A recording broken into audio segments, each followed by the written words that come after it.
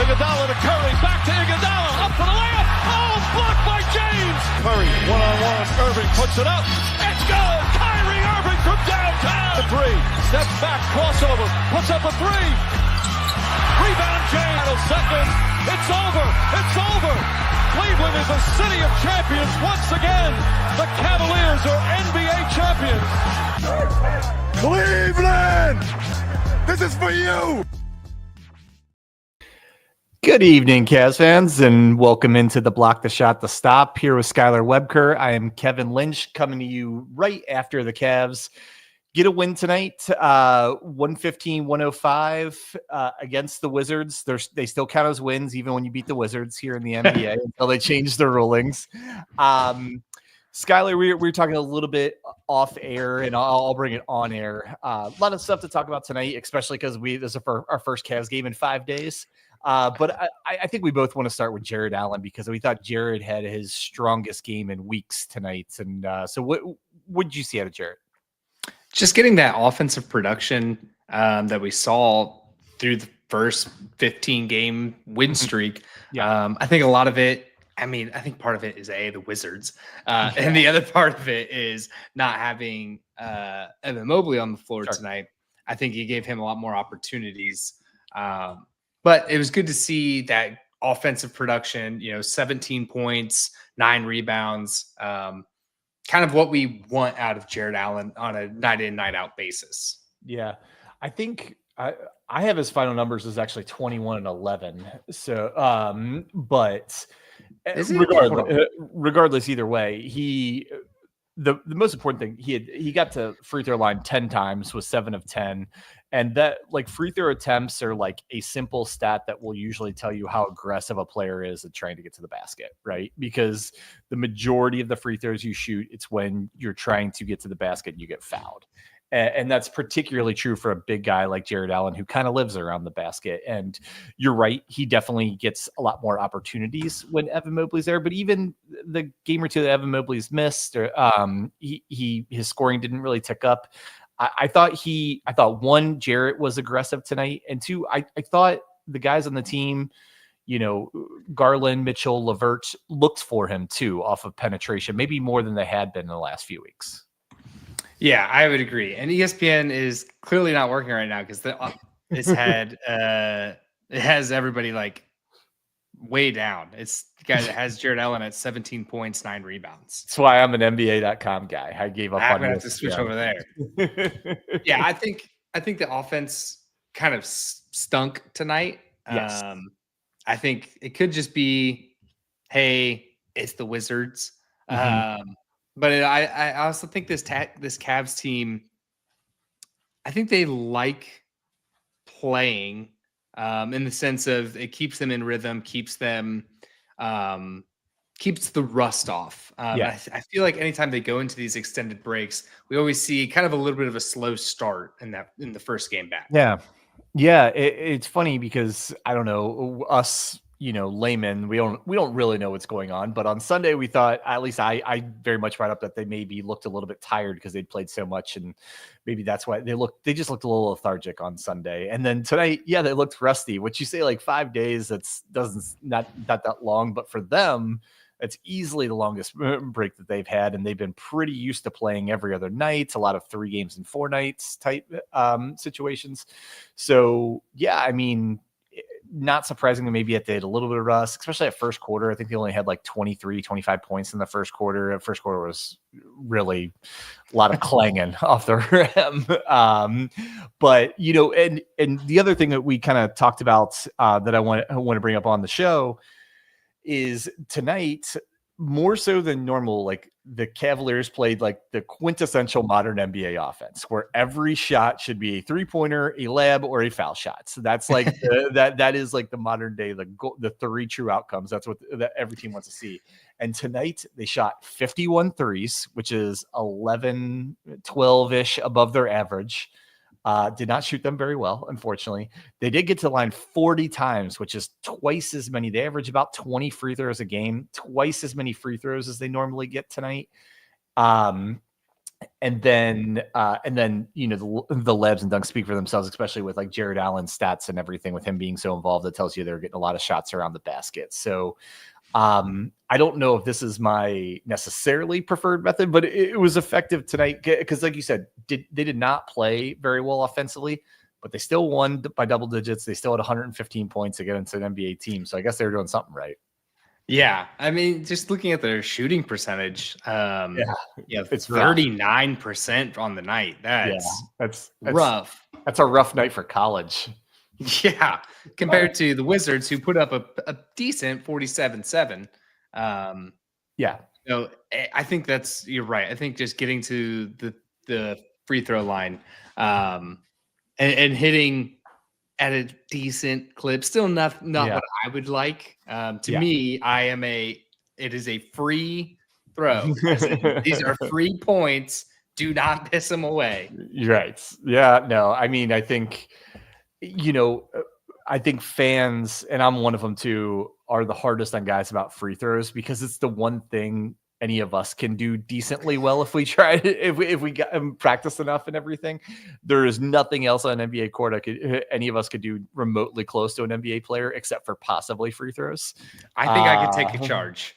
Yeah. Okay. You're braver than me. I want no part of that. But yeah, no, not a great offensive game tonight. Maybe one of their worst of the season, if we're being honest. But I think the way they were able to win and the way they were able to, or the reasons they could, is you called it out. Really good rebounding night. 62 rebounds tonight. Out rebounded the Wizards by 10. And they won between that and they won the turnover battle quite a bit. So they ended up winning by 6, 17-11, but they had a few turnovers right at the end when the game was decided. It was mostly a double-digit turnover difference for most of the game tonight. Yeah, I mean, if you look up and down the roster, the only person that didn't have a rebound tonight was TJ Maxx. Everybody else, I mean, 2, 7, 11, 6, 5, 5, 5, 5, 6, 3. Yeah. Like everybody else was contributing to getting those rebounds, which is good to see because when our NBA Weekly, that's something that we brought up as like a point of concern, is that our rebounding numbers have not been stellar. Yeah.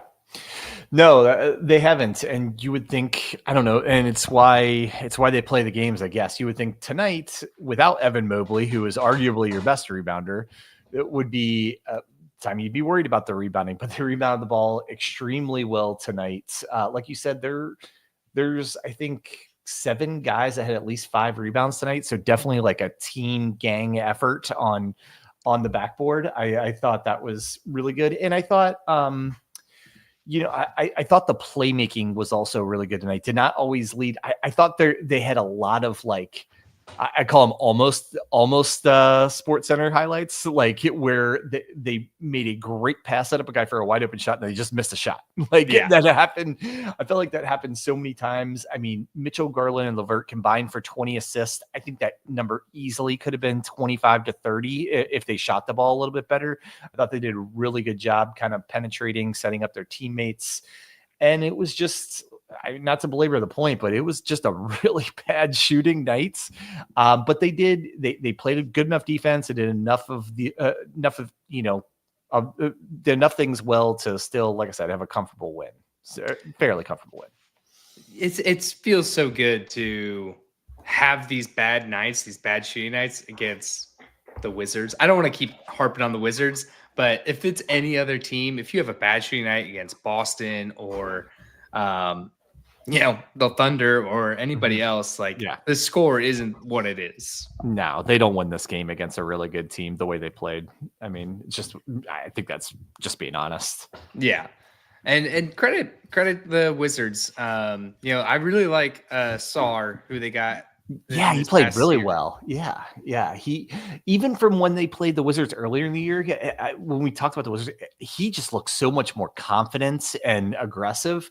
I thought he didn't make real big contributions the first time the Cavs played him maybe 3 weeks ago, but he looked, he impressed me tonight. Really athletic and and took the ball to the hole confidently. He was 6 for 10 from the field, 14 and 7 for, a 19-year rookie center. I mean, it's going against Jared Allen, who's a really good defensive center. Yeah, I was pretty impressed by him. Yeah, and he had put up a couple of threes, right? Mm-hmm. Yeah, 4 threes, made 2 of them. So I mean, able to space a little bit. He had going against Jared Allen, who's kind of a tall, lanky defender in his own right. So I like some of these pieces there in Washington. I hope that they're able to kind of keep building, because the NBA is so much fun when everybody is competitive. Mm-hmm. Yeah, no, it is. They do have some young pieces. I really like Koulibaly. He had a good game tonight. He had 27 points. That was more than I thought. I really like Bub Carrington. He's really started to emerge, even though he didn't do a whole lot tonight in previous Wizards games. I really liked him. And not to turn back around, I'll tell you one guy I'm not impressed with is Jordan Poole. And he, I mean, some of his numbers are okay. And he had 17 points of really bad shooting. And he had, I coined a new NBA phrase, or a new basketball phrase today. And I am really excited about this that I'm going to drop on you. Jordan Poole tonight, he had what I'm going to call the toddler. And it's when you get both a technical and a flagrant foul, which means you threw a fit and you got so bad you hit someone. So you got a technical at one point and a flagrant at the other. I'm going to call that the toddler. And I really love that nickname. I'm going to really put it on socials and try and popularize that, because I think it's a great way to call somebody who out who gets a technical and a flagrant in the same game.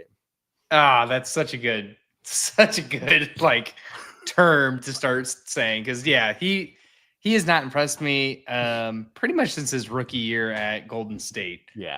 Anything outside of that, he's been not very good.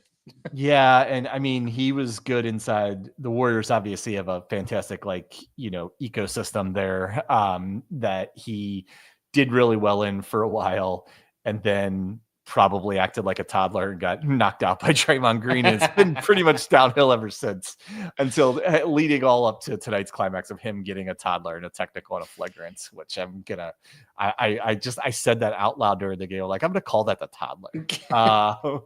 That's awesome. Yes. But anyway, and we've talked enough about the Wizards. We'll tie it back into the Cavs both tonight and kind of where they're going now with this reset. They, like I said, they had 5 days off. They have 2 games in like almost a full 2-week period.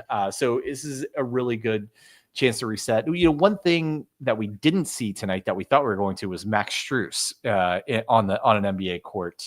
It was announced about middle of the day today that, no reason to be concerned, but we're actually going to hold him out tonight and look for him to possibly play Monday instead. I don't know. Did you hear anything different? Is there any reason to read more into this than, maybe they just wanted to give him a couple more days? They didn't want to risk it against the Wizards. I don't know. I think we're all ready to see Max, but if it's just precautionary, sure. Anytime they say a guy's going to make his debut and then he doesn't, makes you a little nervous until you see him on the court. Yeah, it makes me nervous. I think I put it in our group chat earlier. This seems like against the worst team in the East seems like the best, get your legs under you, get some real game minutes in you type of situation. So the fact that either Kenny or other members of the coaching staff felt otherwise, it feels concerning. Mm-hmm. Like he had a setback. It does. And we're going to take, until proven otherwise, we'll take them at their word. Hope we see him Monday night, if not another time very soon. And if there's any other news bigger than that, we'll talk about it Wednesday. But just a mild disappointment, because I think we've all been ready to see Max on the court and know that he could bring a really good element to this team. He could help them. We talked about yesterday on yesterday's episode how much they're already excelling at 3-point shooting. Max Strus could be their best 3-point shooter. And so it'll be really great when we do see him on the court. The other guy we missed tonight was Evan Mobley. We all know he turned his ankle on Sunday, but there really was no word all week about that he would possibly miss this game. And then it came out shortly before tip-off that they were going to hold him out. This is one I'm not concerned about at all. I saw Evan Mobley multiple times standing, jumping, cheering on the sideline. So I think this was just we're playing the Wizards. We can give him an extra 3 days off on that ankle and to just for general rest and recovery, and then we'll see him Monday. Is that your impression as well? Absolutely. I think he was questionable all the way up until like a game time decision where they ruled him out. Mm-hmm. I think it's absolutely, hey, let's not strenuate this guy on the Wizards. Yeah, and it will. I think why I was surprised he didn't play. They actually put out betting lines for Evan Mobley, and if there's anyone that knows, it's usually those guys. And they usually don't put betting lines out on players that might not play, or really any of their teammates, because once Evan Mobley goes out, that affects what the over under would be of several other players, right? So I was kind of surprised. If you knew that Evan Mobley was out, you could have got, you could have made a lot of money betting overs for guys like Jared Allen. But yeah, so not worried at all about Mobley. Good game to give him off and just give him an extra 3 days rest, but certainly look forward to having him back. Otherwise, really the one guy that's really stood out for me tonight, and his numbers were, I was thinking like his numbers weren't as impressive as his contribution was, but he did have 13 points, was like Isaac Okoro. Like I thought Isaac had been a little bit quiet lately, but combination of he got back to, hitting 3-point shots. He was 3 for 4. He shot 3-point ball really well for most of the year. Him and Garland both kind of had a slump a little bit recently, but shot the 3-ball really well and got back to him playing really aggressive defense. The Wizards don't have the best backcourt in the league, but he certainly held combination of Bob Carrington, Jordan Poole under their shooting averages, under their scoring averages. He's a big part of that. And I thought Isaac was really, really good tonight all around. He led the Cavs in plus minus. He was plus 16 on the floor tonight, which is, everybody knows, is my favorite metric for players. Like you said, I mean, he was exactly what the Cavs needed. He out of anybody shot better than anybody else. Yeah. On top of just really being a lockdown defender, and hitting that 3 here at the final to really put a dagger in the end of this game. Yes, he did. We just couldn't. The Cavs couldn't hit that final shot or two to put him away. It seemed like they were trying to do that for the last 5-6 minutes of the game, and then he finally did with a couple minutes left, kind of ice it. Yeah, the steal and a block. Yeah. No, I thought he was. I was really, really happy with the way Isaac played tonight. And other than that, I mean, I think we put a lot of we recapped this game pretty well, like solid contributions on a bad offensive night from just about everyone that played. I think Dean Wade and Ty Jerome were the only two that your stat had negative plus minuses. Dean unfortunately didn't shoot the ball as well. Did have 7 rebounds and contributed there. Tristan Thompson played 11 minutes tonight. 11 meaningful minutes. How about that? Somebody's got to fill in with Evan Mobley out. Yeah, and even though his percentages wasn't good, it was good to see. It's good to see Sam Merrill get up 9 3-pointers. You 3 for 9, not the greatest percentage, but that's the way he's going to get in a rhythm is getting open shots, taking them. I thought he was I think he's just close to getting in a better rhythm, and I want to see him. I want to see him take at least 5 or 6 threes a game, because I think he has potential to be as good a 3-point shooter as the Cavs have, and I think could really add an element there. And I understand he hasn't shot as well overall for the season, and he has struggled, especially of late. But he's a guy. He is such a beautiful looking jump shot. I want to keep shooting, and I was encouraged by his performance tonight. Yeah, I think Sam Merrill, I'm not concerned about his shooting. I do think it'll come back around. But even when he isn't shooting the greatest, like he still had 6 rebounds tonight for an undersized, sharpshooter. 6 rebounds, 2 assists, and a steal. And 2 of his rebounds were offensive rebounds. So, just trying to affect games in different ways. If you know your shooting isn't getting it done, pivoting to help your team in another way. That's something that either we're not seeing out of Dean Wade, or he's just having a tough go of it lately. I do think that there's something mental there. Like he's got the yips. Yes. Especially on free throws. We were texting about it earlier. He's a 72% career free throw shooter, shooting 40% this season so far. That tells me it's all in his head. And we all know he has a really good looking jump shot. That's why, it's not frustrating when bad shooters shoot badly. It's frustrating when guys who are seemingly good shooters shoot badly.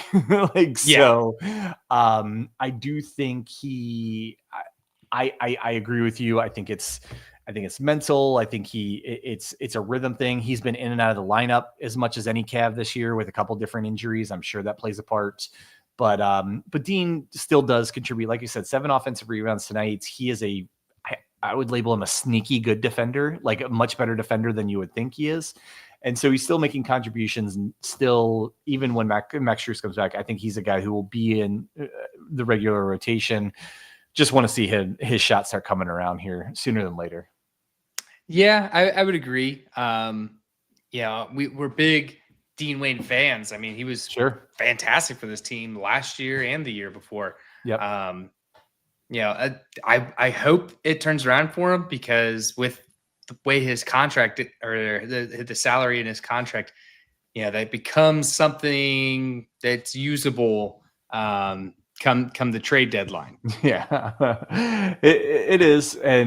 But I like, we're not a trade speculation show. We may do a little bit of it. So I just want to see Dean Wade play well, because he's on the Cavs and seems like a good enough guy. And he's, like I said, he's right there, and he's got a really good jump shot. I just want to see it start falling. And if nothing else, make your free throws.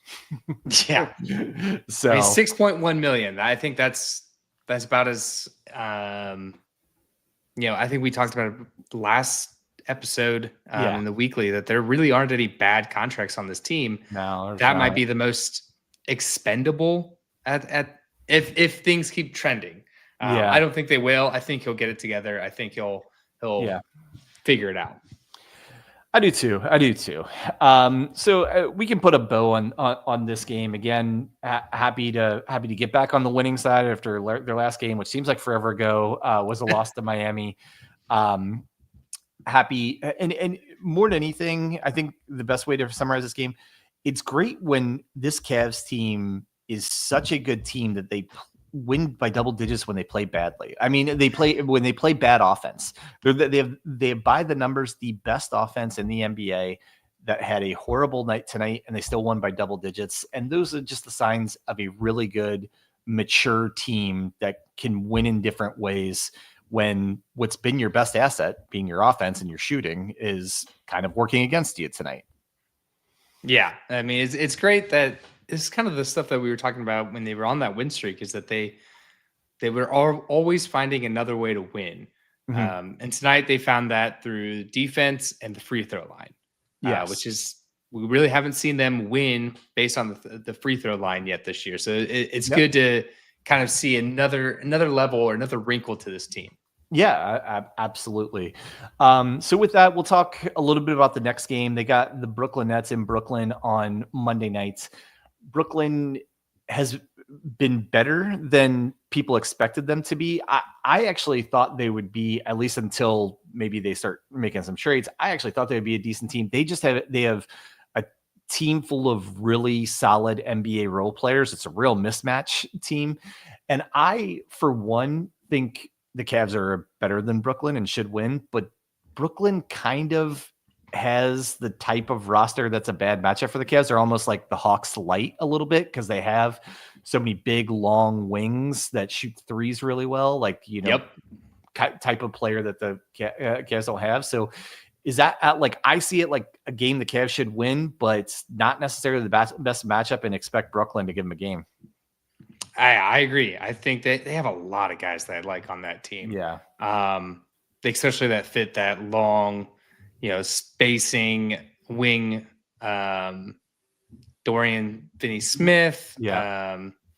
They got Cam Johnson, Cam Thomas, even though he's a little bit smaller. They got Zaire Williams, who I really liked when he was on the Grizzlies. They have the one, the only Ben Simmons is still floating around there, and actually playing basketball some of the time. So it's more than you can say for Embiid. Yeah, no, it's true. It's true. Cameron Johnson, that's the other one. Yeah, Cam Johnson. He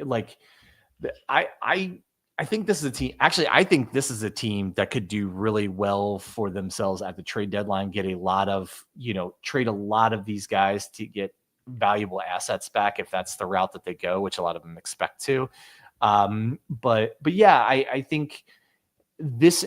What I'd be interested in this game is the fact that since the Nets are the type of team that has a roster that kind of presents challenges for the Cavs, but aren't quite as talented as, say, the Hawks or the Rockets, another team we talked about that kind of fit this description. Do the Cavs attack them any differently, offensively and defensively, to kind of, I guess, scheme around the mismatches that Brooklyn might have against them? I think Brooklyn is a good team to test that stuff, because you're going to need to do that when you get to the playoffs and you're in a series against Jason Tatum and Jaylen Brown, or if you do match up against the Hawks in a series, you're going to have to find ways to kind of scheme around what your weakness is, and that's lengthy wings that can space the floor. Yeah. So I think this is a perfect team to try some stuff against. Yeah, for sure. And he doesn't fit the mold, so we didn't mention him, but like German Iverson, Dennis Schroeder is one of my favorite NBA role players. He's a guy, like, especially when you watch him in the Olympics, I'm like, why hasn't he has had a very solid, good NBA career, but I never understood why he didn't, take that step to like top 10 point guard. I think the talent's there. And he's having statistically a really, really good season this year. But yeah, I don't know. But like I said, I think the Nets have some matchup problem, or create some matchup problems for the Cavs. And I think the Cavs have to play a little bit better than they did tonight to be able to beat Brooklyn on Monday. I didn't even know that they had Bogdanovich on the roster. Hasn't played this season. He hasn't played. He hasn't played. He's supposed to be coming back soon. I just heard that they're trying to push him back so they can showcase him before the trade deadline. But yeah, he is on the roster. But yeah, with that, I think we can probably wrap up here. I know it was not the most exciting game, but getting a win in the NBA is always a good night, and we'll take the win tonight. We'll carry it into Monday, try and get another win streak. And if the Cavs can get 2 wins and a lot of rest over this 12-day period, this could not only be beneficial now, but be beneficial later in the season. I really think this could be an underrated stretch as far as both momentum and setting themselves up for success, especially the next 2-month run, which is pretty continuous until the All-Star break. Yeah, I think this is really just like, could be like the shift in the season. You're getting this extended period of rest, playing against the weaker competition, but getting that rest and building momentum once you start getting into your gauntlet, where it's LA, Warriors, Nuggets, Thunder, where you're kind of getting into that just gauntlet of games that we have coming here 2 weeks. Yeah, the schedule definitely toughens up kind of right after Christmas into January. So now's the time to make hay, to, like I said, get your rest, get some wins. It'll be tough to have a 15-game winning streak again this season. So, but I said, like, the Cavs now, if they just keep stacking 2 out of every 3, 3 out of every 4, limiting like losing streaks to 2, no more than 3 games at a time, before you know it, you're going to look up. It's going to be end of the year, and they're going to be in the high 50s, possibly 60s for wins. And they get there, then that's an incredible season, a top 2 seed in the East, and we're all hyped up for the playoffs. Yeah, I think they have to, for them to make a deep run in the playoffs, they got to have that one of those top 3 seeds to keep home court advantage, and then you likely dodge Boston until you get to the conference finals. Yeah, they play. They.